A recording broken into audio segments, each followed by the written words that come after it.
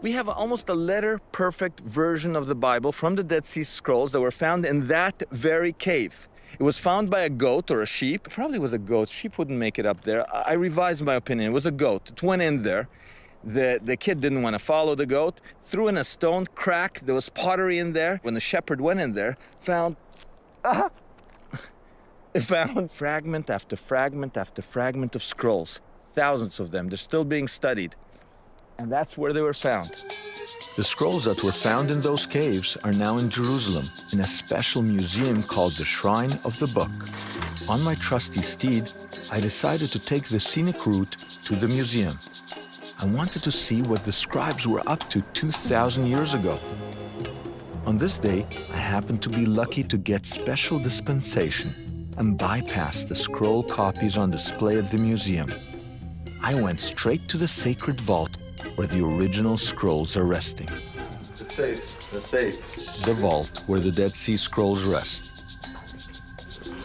There I met Professor Flint and Professor Ulrich.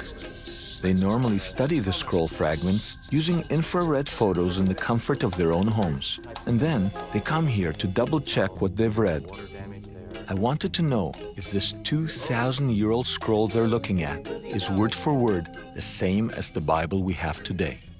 This is the real thing, right? This is the real thing. This is the real thing. If you go to the museum, you don't see the original, you see a copy because this is so fragile.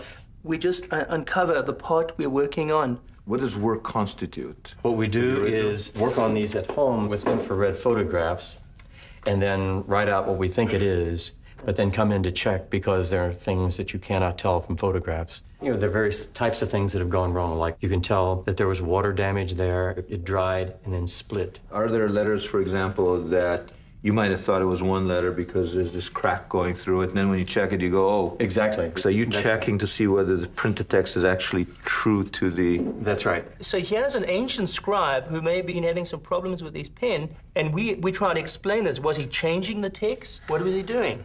What have we learned? The edition that's come down to us has been remarkably well preserved. Are there huge differences, critical differences? The traditional Hebrew texts that we have are very accurately transmitted from 2,000 years ago. Historically, we're very fortunate that the ancient Jews had a tradition of preserving the Bible and not changing it.